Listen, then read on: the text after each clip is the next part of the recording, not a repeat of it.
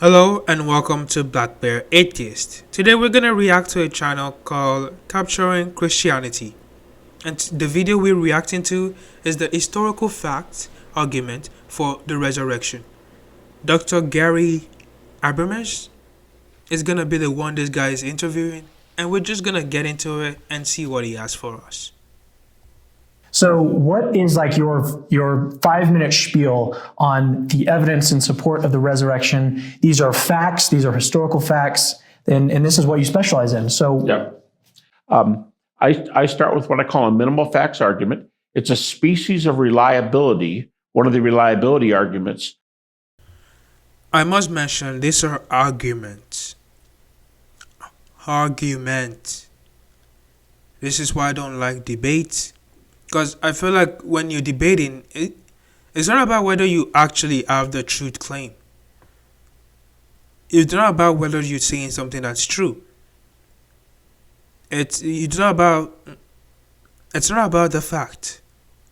It's about how good you speak, the audience that you're speaking to, and how well you're doing at convincing those audience. That is what a debate is.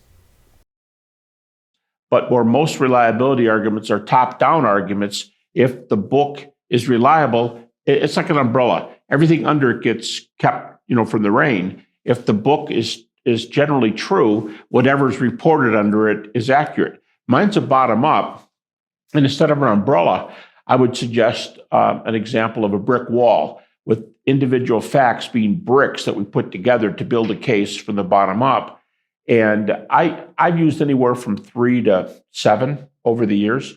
Lately, Time is clocking down. You got 5 minutes. I've been doing 6. And I would say Jesus died by crucifixion. His disciples had experiences that they believed were appearances of the risen Jesus. Because of their belief that he was raised, it is the event that has turned the world upside down religiously. In fact, a recent book on non-believing Jews in the resurrection, they even acknowledge, not being Christians, that Christianity is a resurrection religion. It was the resurrection that powered the religion, powered the teachings, even to the point of being willing to die. Okay, so I'm gonna break down what he has so far. Yes, he's actually right in some aspect to this. The religion did start because of the belief that there's a resurrection. But just because they believe doesn't mean it actually happened. The early growth of Christianity is shown throughout the Bible, well, at the end of the Bible in the New Testament, throughout the New Testament. It shows how they grew, the spread of it. You see Paul writing to different sects and different churches. So we know Christianity grew because of the belief in the resurrection. What we need to know now is if the resurrection is even true to begin with. Christians seems to love pointing out the willing to die factor, and I'll just point to 9/11. That's all I'm gonna say. And we do have first century sources for arguably the 3 largest names in Christianity. 4, very important, it was proclaimed very early. And today, critics, the consensus position is that you can track the resurrection preaching back to immediately after the cross. In fact, the way it's often stated by, say, Bart Ehrman, is that when Paul said yes to Jesus on the way to Damascus, there was already a body of data called the early creeds that are later written in the New Testament, but they were already being noised abroad. When Paul said yes, there were these heavy creeds, about 80% of which are in the deity, death, resurrection of Jesus, because that's a major message. They were already in existence. So when Paul didn't invent Christianity, the main reason, when he came to Christ, the message he hated most, we already have data from that 2-year period. Paul didn't need to invent Christianity. He made Christianity what it is. Christianity was already a thing, well, in a sense that there were people that believe in the resurrection. Again, just because they believe and write it down doesn't mean it's true. Paul changed the game. Paul actually wrote things that address and actually spread it to the Romans. So, making Paul one of the goats of Christianity. Before Paul. And then the last two would be individuals, James, the brother of Jesus, and Paul, both of whom become Christians because they believed they had experiences which were appearances of the risen Jesus. Those are the six I would use. And to my knowledge, I've had dialogues with atheists, agnostics, scholars, specialists, and they don't dispute any of those. So how did Because they actually most likely believed. Paul actually most likely, why would he write so many books if he doesn't believe in Christianity? Anyway, Paul actually believed. Jesus' brother actually believed. The early Christian church actually believed someone could rise from the dead. They believe someone could rise from the dead. Is that really logical, people? they respond to this? That you have these facts and you establish them historically, and you say the best explanation of these facts is that God raised Jesus from the dead, right? And there are these existing naturalistic attempts of explaining away these facts. Also, little detail, he said God raised Jesus from the dead. Isn't God Jesus and Jesus God? So how could God die? I know he can do everything, but like if he died, doesn't that mean devil had 3 days to like ruin everything? Why didn't he do it? Also, why would... No, we're not even gonna get into this rant. Moving on. Yeah. What is the best one to your knowledge, and then why do you think that it fails? Someone just asked me that yesterday, and I made the point. You'd expect me to say this, but years ago, I would have told you the one that I thought was the hardest answer. Today, I would say, not only are there no good ones, there are no good theories that you can really take and ride to the bank, so to speak. If you're a naturalist, you can really take care of the resurrection with this. But the critics have generally given up espousing these theories. I did an article some years ago where I argued that less than 25% of the critics in the last 25 years, about less than 25% use the naturalistic theories anymore. They will usually say something like this. Yeah, facts are good. I don't agree it's your idea is the only way to go. But you've got an evidence case, and if you pushed them a little bit and said, well, I would just shut him up right there. So, what the heck is he even saying? I think I'm a little confused. So, the critics of the Bible think the best possible explanation for the fact that Paul believed people died for the religion, and Jesus' brother believing that he rose from the dead, is that it actually happened? Really? Okay. what keeps you from believing the stuff yourself if the Can I evidence is guess? so good? Go ahead. Hume. Well, Hume, but I think generally they'll say, I just don't want to believe. Really? And they will say miracle. Really? Seriously? So the best possible explanation for the fact that people believe that Jesus rose from the dead is that he actually rose from the dead. I guess we're to believe Julius Caesar was a god too, after all. I guess we're to believe everything that we read. This doesn't make any sense, people. Just because people believed it, write it down, and willing to die for it, doesn't mean it is true. And Christians will say the same of Muslims and Islam in general. They will say just because they would die for it and have a bunch of things written down doesn't make their religion true. So why is yours true because some people wrote it down? Nobody's saying people didn't believe in the early Christianity and it didn't grow. That's not what we're saying. We're saying people can believe in a religion doesn't make the religion claims true. And this guy is saying literal shit. saying there is, if you look at the books and you look at it from block to block, I thought he was actually gonna try to make sense. If you look at it from block to block, and if you look at the text and the people that convert, you can see that the text is actually true. And if the text is true, the claims about the text are true too. Make some sense. Make some sense. Miracles don't happen, and that say that they know you're ready. They don't often want to take you on. Another comment is, yeah, but you got a problem with your theory. What's that? Well, you got some data for your theory, and I'm not exactly sure where I would go to refute it. But you're asking me, implicit in your argument, is you're asking me to believe in Middle Earth, Narnia, or if you want a secular example, Oz.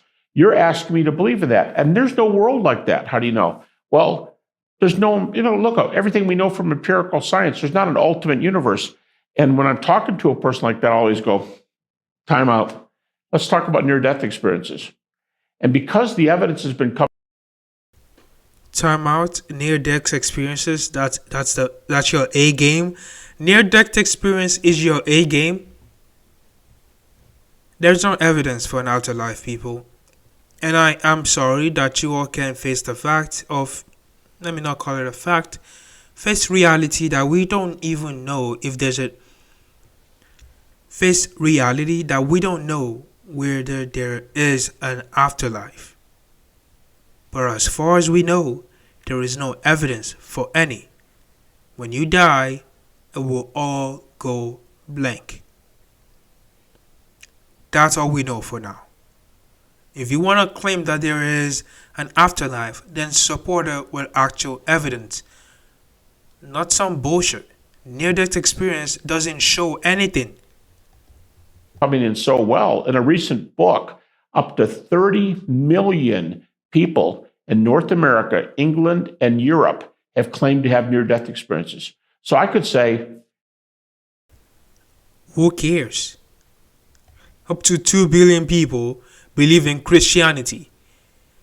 Who the fuck actually cares? Up to another 2 billion believe in Islam. Who actually cares? And then millions more believe in other religion. Does it make their religion true? No. Who actually cares? It's people big numbers and just ramp on numbers. It doesn't make any sense. Just because Paul said there's 500 eyewitnesses doesn't actually mean there is 500 eyewitnesses. Near-death experience does not give us any evidence to whether there's an afterlife, because near-death experience is heavily affected by your cultural view of heaven and hell. And it doesn't actually give a consistent of a picture of what it looks like.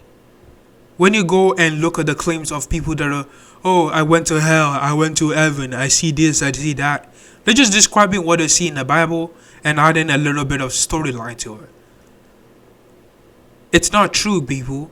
Wake up, it's fiction. We have no evidence of it. It's just all made up. Hey, let's just say the number's blown up too much and there's only 20 million. In a way. So nearly 30 million, and then he's going to 20. You see, that's a 10 million people that you just took out. Hell, let's just go back to 10 million then. Let's take it from 10 to 20. Why not just bring it more down to 0? Way, that's 20 million people who've been to Narnia, if you want to look at it that way. So don't tell me there's no empirical evidence for this. And they'll say, numbers. Let's present numbers. Again, 2 billion Christians believe in imperatives, things we can actually prove, things we have no evidence of. 2 billion Muslims believe in bullshit. Hindus, again, bullshit. These are stories, legends. None of this are actually true. We have no evidence of any of these things being true. So you want to present 10 million? I present to you nearly nearly 5 billion. Why do I feel like there's more atheists in the world? About 7 billion people being religious. There you go. Wizard of Oz it is. Say, yeah, those are just experiences. You don't have data. Well, you don't say that to me.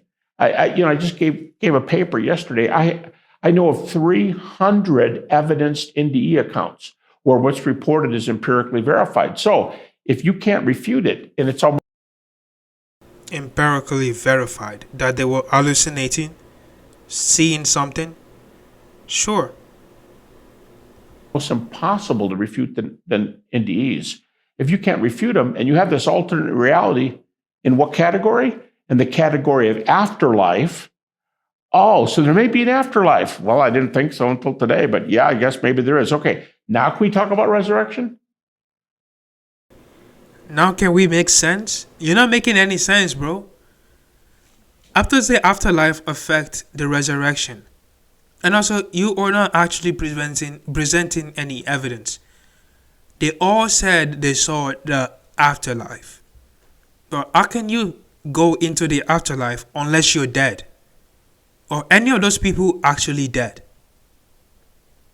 I'm talking brain dead. Not just your heart stopping. I mean your brain dying. Nobody comes from a brain dying. So, until you can present someone that their brain dies, and somehow, they come back miraculously and give a story of an afterlife. Present millions of that.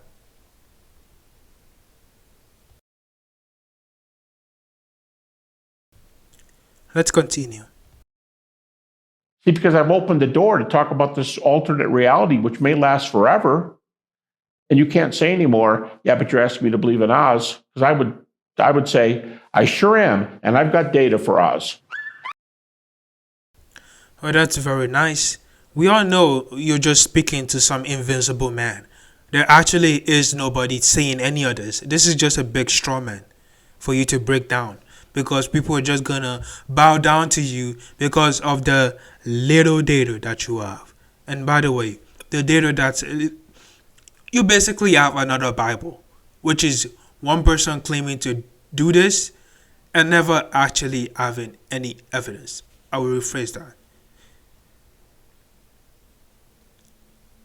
We all know that you're just making up an invincible man. This is all just a straw man, a big straw man, for you to just break down with your articulate speech.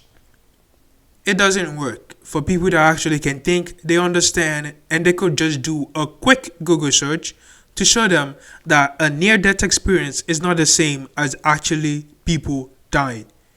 If your brain shuts down, it's not the same as your heart stopping and your brain still functioning. You're not dead yet.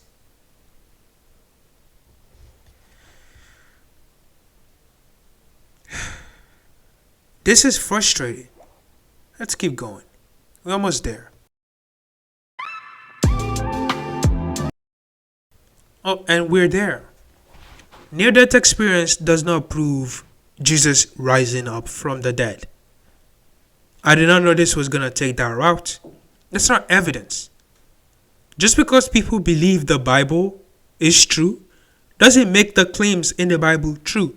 Just because people wrote about it doesn't make the claims true. People need to start applying some skepticism. This doesn't make any sense. How does this prove the resurrection in 5 minutes? How does this prove anything? This man failed to prove anything. He said, I have papers with data. And then said this most off-cuff thing. Act like he's some rational person and said, well, the best conclusion you could make from the biblical claims is that Jesus rose from the dead. Okay. Whatever you say, Dr. Gray. That's it for today. If you like this kind of content, like this kind of video, like and subscribe. Have a lovely day.